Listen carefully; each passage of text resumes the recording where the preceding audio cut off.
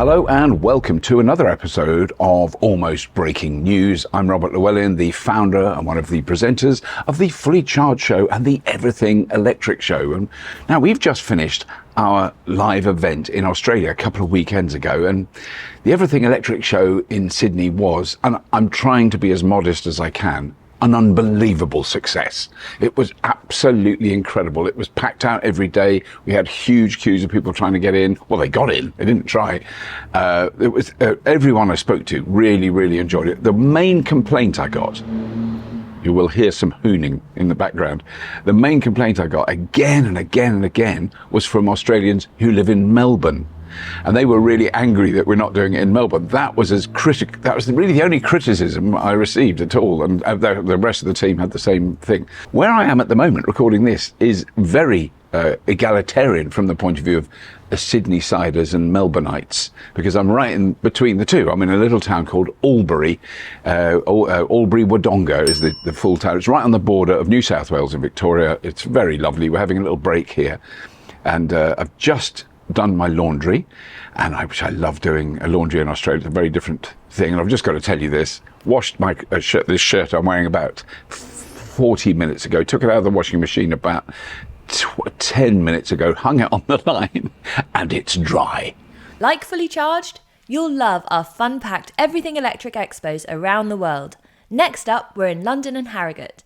Remember, energy and transport professionals go for free on the first day. So it was a great success.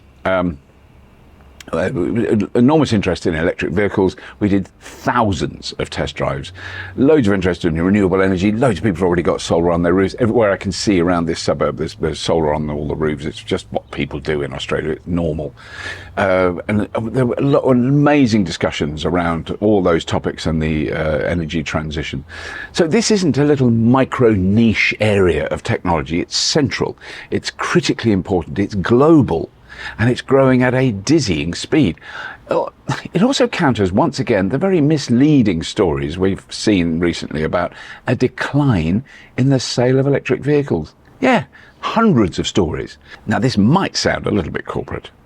We offer our audience of existing and potentially new EV buyers a convenient multi-brand test drive in a single day. They could drive loads of different makes of different cars, and all within a non-confrontational, independent and supportive environment. But don't believe me. Let's have a quick look at what some of the people who attended the event thought about it. We are on the Hyundai stand. We're here with John Kett, COO Hyundai Motor Company Australia. John. Tell us about your experience of the show this weekend. It's been amazing. I think from a pure test drive perspective, I think the maximum test drives we could run was about 218, and we've maxed out every day. So actually 248. We've maxed out every day. As you can see from the stand, it's been incredible. I think it's been amazing. You've got a lot of first timers in terms of experiencing EVs for the first time and recognising that it really is an alternative, and sometimes embarrassingly so, there are so many experts out there, they come and tell us more about our products than we actually know. So it's just been an amazing show, incredibly well ran, and a great opportunity for us to show our second generation EV product. So we feel like we're well positioned, so thanks for the opportunity. So I'm here with Nick on the Audi stand. Nick, we're on the Sunday now. Are you knackered? How's it been for you this weekend? It's been full on. It's been full on. The stand's been pumping the whole time. Massive interest in e-tron GT and Q4. So really happy with the experience so far. It's been fantastic. Look, people have been going crazy for the test drives, and it's really like everyone that's been coming back from the test drives are just buzzing. So it is an awesome experience to be able to get customers to touch and feel the vehicles for themselves. It's fabulous. I'm glad that we're at day 3, almost at the end of day 3, but what an event. Really, really exceptional event. Again. The test drives went quicker than almost the car itself. So, we've had booked out test drives all weekend. So, and plenty of people have been asking how they can get a drive with what is the fastest car on display here this weekend. It's been really fun taking people out for test drives. The route here is it's excellent for actually testing out the modes of the car. There's a lot of people that are very curious around the transition into electric vehicles, and they just need to experience it for themselves, which is really exciting to see. I like to pretend that the star of this show is me and the other presenters on the stage, but the truth is the star of the show is the test drive program. When it comes to electric cars and people's first experiences with them, there is simply no substitute for getting your arse in a seat, is there? Yeah, I think we all know that once you have to test drive a car to actually realise whether it resonates with you or it overcomes some of your concerns in terms of migrating to an EV vehicle. So today's show, this idea, the location, the easy access to it, and a real drive. You get a 15-minute drive out of a car, you can really experience it. So we've got our performance end vehicle here. People have loved it. It's demonstrated them that you can actually get a performance car out of an EV. So yeah, it's just been great. So yeah, we're really looking forward to next year. We've still got an hour to go to close out the remainder of our test drives, but an incredible day and well run. It's been phenomenal. We were obviously here last year supporting your debut in Australia. This time's twice the size, and yeah, we've loved every minute of it. The test drives have been fully booked out. People have really loved our product, and we're excited to bring Cyberstar next year. I was just about to say, because last year I think was the Aussie debut of MG4 at our show. This year we've got the X-Power, next year Cyberstar. Yeah, that's right, and maybe we'll bring something else, who knows? Oh, look, I think the best part about coming to Everything Electric is that everybody, they're our people, right? There's the car park full of electric vehicles, people are ready to transition, they're looking at everything here. And so the event's been fabulous from every perspective, from our perspective and from all of the exhibitors here today. So it truly was an uplifting experience for all of us, and I hope everyone who attended got something out of it. I'm pretty sure they did. And we will be back in 2025, and the event will take place in the same venue, but over the first weekend of March 2025. Now, one of the things we all became very aware of during the event was how fast electric vehicle sales were growing here, and how many people who were not in a position to buy or lease a new car, it's an expensive thing to do, were very interested in what was on offer and very excited about the possibility of a larger second-hand market growing here. This is in stark contrast to the endless stories about a drop in sales of EVs around the world and how nobody wants electric cars. Naturally, the traditional press pounce on this minute sales reduction with fanatical glee. They hopelessly fail to analyse what is really going on, and we've seen it happen in real time. There's no question that some companies are seeing minor drops or mere flatlining in sales of their EVs, but that is because they are now cheaper, and in some cases, we have to accept it, better vehicles coming in from China and Korea that are gaining market share all the time. Sales of electric cars are growing in all major countries around the world. Some countries faster than others, but it is global, it is massive, and it is not going to stop. Certain brands are going to fail and fall behind as they cling desperately to fossil-burning hybrids. And of course, some people will buy old-fashioned cars like that, and that's fine. Who cares? I don't. However, in contrast to the desperate claims that EV sales are dropping, we hear very intriguing news coming out of Ford, which, let's face it, is one of the oldest legacy car companies on the planet, with an incredible history of mass-producing cars from the get-go. There have been reports about the reductions in sales of the two electric cars Ford offer right now, the Mustang Mach-E and the F-150 Lightning. If that was remotely true, it would be quite depressing. But the thing is, they're actually selling thousands of these cars every week. In 2023, Ford sold a record number of F-150 Lightnings. They sold more pickup trucks than Rivian. And the Rivian is not doing badly. The Mustang was the second best-selling electric vehicle in America after the Tesla Model Y. That has not been reported in the general press. The Ford E-Transit was the best-selling electric van in the USA in 2023. The CEO, Jim Farley, who, as many of you will know, was a guest on the Fully Charged Show podcast, and if you haven't heard it, it's well worth listening to because he's an amazing and fascinating man. Anyway, Jim, I call him Jim, has put together a small team within Ford, a kind of little enclave within Ford with some of the best EV engineers in the world, as he described them, who are developing cars that can compete with the upcoming affordable Tesla, could be here next year, and of course all the high quality vehicles that are coming in from China. They are suggesting they will be mass producing smaller, lighter, cheaper electric cars, which they know they can churn out by the million, and they need to. Chinese car maker BYD are actively looking for a location for a massive factory in Mexico, because they can then import cars into the USA from Mexico. From there's no trade barrier there. Currently, there are huge tariffs on Chinese cars built in China being sold in the USA, so they don't even bother trying to sell them. They are growing in popularity in Europe, and I can confirm they are very common here in Australia. There's an interesting story in Barron's newsfeed about this, a warning to Ford, GM and Tesla that they need to move fast to counter this growing challenge. BYD have a big competitive edge over many older car makers. They're not a car maker who have to learn about batteries.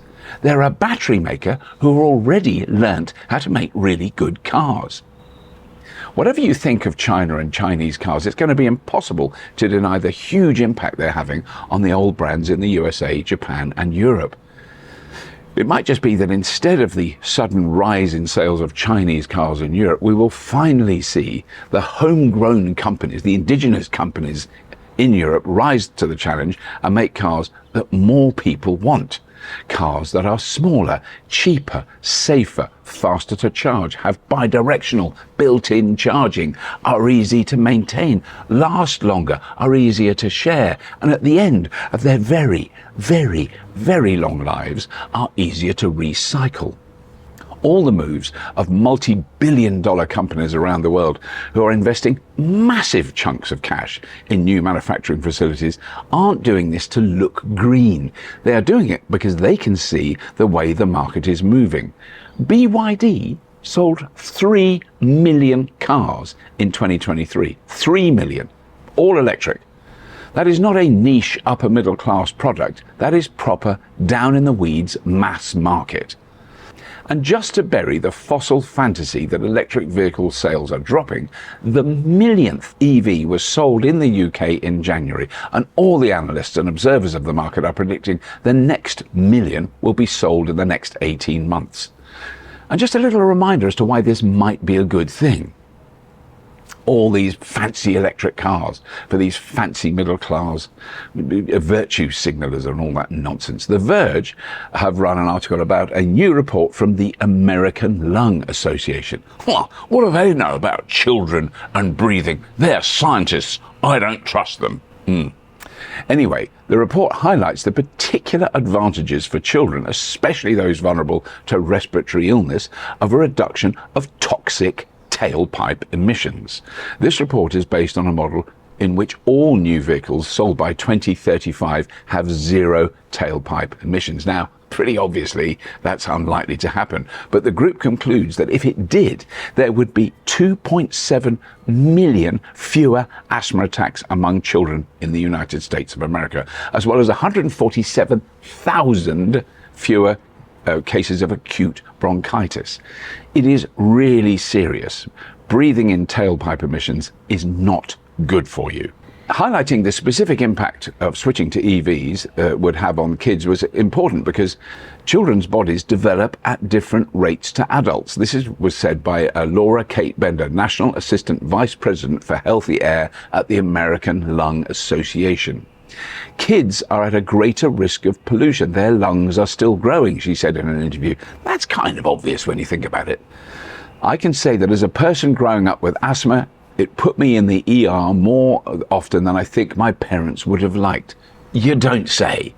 I would not enjoy taking my children to the ER every time there's a lot of air pollution because they breathe it in and they've got a horrible asthma attack. And we know of cases, and there's a very well-known one in the United Kingdom, where a young child died as a result of really severe traffic pollution. And while I'm on the topic, there are 2 countries on the planet who don't have any tailpipe emissions regulations. Those 2 countries are Russia and Australia. Just saying it because I can actually just about breathe it now. I can sense those lovely diesel and petrol toxicity fumes going on around me. But here's the thing. It's all very well having your fancy electric cars and all that nonsense. What about my freedom to drive a 3-ton, 5.6-litre SUV and leave the aircon and engine running when it's parked outside a school while I cross the street to get a coffee? Now, I'm being very specific because this is exactly what I saw last week here in Australia. And you might expect me to describe a hefty Make Australia Great Again angry man get out in a heavy metal t-shirt and march across the road. But no. The person that got out of this car was a woman in her late 20s in yoga clothes, a well-educated middle-class woman who can afford to not only buy this 3-ton monster, but to fuel the damn thing in 2024. Massive SUVs in cities are a fashion thing. It's fashionable. I can't wait for it to go out of fashion in this country and everywhere else in the world. You do not need a 2.5 to 3-ton SUV to pop down the coffee bar and get a little latte. While I'm having a gentle rant, some of you may remember people whining on about how all these fancy electric cars were going to melt the grid. They're going to melt the grid. Yeah. That we'd have to burn more coal and gas to charge. You've got to burn more coal and gas to charge your fancy electric. Oh, they had a field day. They loved it. They had an absolute marvellous time. Meanwhile, utterly unreported outside the business press, the world is approaching 2 billion installed air conditioners. So what, I hear you mutter? Well, I've been very aware of air conditioning since I've been here in Australia, where the daytime temperature has repeatedly been in the utter 30s. Well, it feels like the utter 30s, the upper 30s centigrade, very high 90s Fahrenheit for our American viewers, and incredibly high humidity. I'm currently sitting, and it's actually cooled down, but it's about 32 degrees centigrade, so about 88 degrees Fahrenheit. As temperatures around the world increase, more and more people are going to want to install air conditioning, and the energy use is staggering. It's off the scale. But here's something a massive numpty like me hadn't really considered. If you've got lovely cooling air blowing into your apartment, the heat that was in your apartment has to go somewhere. It blows out of the heat pump outside the building. One little heat pump whirring away. Who cares? But 1 billion heat pumps or 2 billion heat pumps. Hello, and in a few years, 5 billion heat pumps. That's all the predictions. Then you have a massive increase in heat in cities and a massive increase in energy consumption. The obvious technology to counter the energy use is solar PV. But the heat, I mean, what do we do with that? In the apartment we were in recently, I went out on the balcony where the heat pump was. It was literally unbearable to be there. It was, I don't even know what the temperature was. It was insane. That said, it did dry the laundry in about 3 minutes. So, you know, there's always an upside. Okay, moving on. Let's go to Paris. The French government introduced a scheme that helped lower income drivers lease an electric car for around €100 a month. That's about $107 US or about £85 a month. That, for a new car, a new electric car, is pretty cheap. And if you add the huge savings on buying fuel and the charging infrastructure that is available in France, it's very impressive. It is not surprising that this offer was très populaire. In fact, it was almost instantly oversubscribed. The government had budgeted 1.5 billion euros, that's $1.6 billion, to offer 20,000 low-cost leases under the programme this year. But after huge demand, it was announced that it was upping that figure to 50,000 cars this year, then closing the scheme before resuming it next year. Well, they have closed it. They've done their 50,000 cars. They did it in a couple of weeks. But here's an interesting part of the deal that I think shows a possible response to the onslaught of really good, really cheap, really well-made Chinese electric vehicles. To be eligible for this grant, the vehicles, not the people who release them, the vehicles have to meet limits on how much carbon was produced in their manufacturing and shipping, a measure designed entirely to ensure cheap Chinese-made vehicles do not qualify. They have to be shipped to France on big ships that pump out dirty fumes. We all know that. We've heard that countless times. But this is cheeky because France has a very large automotive manufacturing base, they can measure the carbon output of their manufacturing because their electricity is now nuclear and renewables. And I have to say, it's a lot of renewables now in France. They can apply restrictions that ensure the lowest carbon manufacturing, and they can maybe reduce the number of Chinese cars sold in France because they make more competitive models in France. I'm just saying, as a bit of a francophile, every now and then you have to take your beret off to our nearest neighbours in Europe. Why did I have to use a stupid cliche like that? Why can't I just say, take your hat off? Sorry. I've said it now. Take your hat off. Which, anyway, they're our nearest neighbours in Europe, which, of course, we are part of. Geographically, okay, we are European in the UK. I'm just saying, we are European. But the point is, there is massive growing demand for electric vehicles around the world, and yet the rabid press still churn out more and more stories about EV sales dropping. It's a bit of an obsession because there's been so much of it recently. And the crash in the prices of second-hand EVs. Second-hand EVs have got cheaper. Well, for years, all we heard about was second-hand EVs are too expensive and hard-working families can't possibly afford them. Of course there's a drop, because finally there are hundreds of thousands of second-hand electric vehicles coming onto the market at once this year. As more and more people buy them, the prices will go up. That, dear viewers, is a free market economy. The thing we've been told for over 40 years is the answer to all our problems. They are going to break things. We're all used to. That things are going to go wrong. There's going to be a mess. And the systems that we've relied on for years will get all messed about. That is what disruptive technologies do. And what will also happen is, in a few months or a few years, the prices of second-hand electric cars will stabilise, and they will be more valuable, and they will, because we now know they last such a long time. I won't go on about that. Next story. What if a child born today in 2024 buys a phone when they're, say, 18 years old, and then they need to replace that phone with a new phone when they are 68 years old? They won't know anything about plugs and wires and charging pads and low battery warnings or any of the nonsense we all have to live with now. Nuclear power fanatics are going to love this. I'm talking about a powerful nuclear battery that's smaller than a coin and captures energy from the radioactive decay of elements. Oh, that's got to be terrifying. It's been developed in China and they already have hundreds of working prototypes. Is it safe? Yes, radioactive. It's got radioactive in the battery. Yes, it's 100% safe. It has no external radiation and it is suitable for use in medical devices such as pacemakers, artificial hearts and cochlear implants in the human body.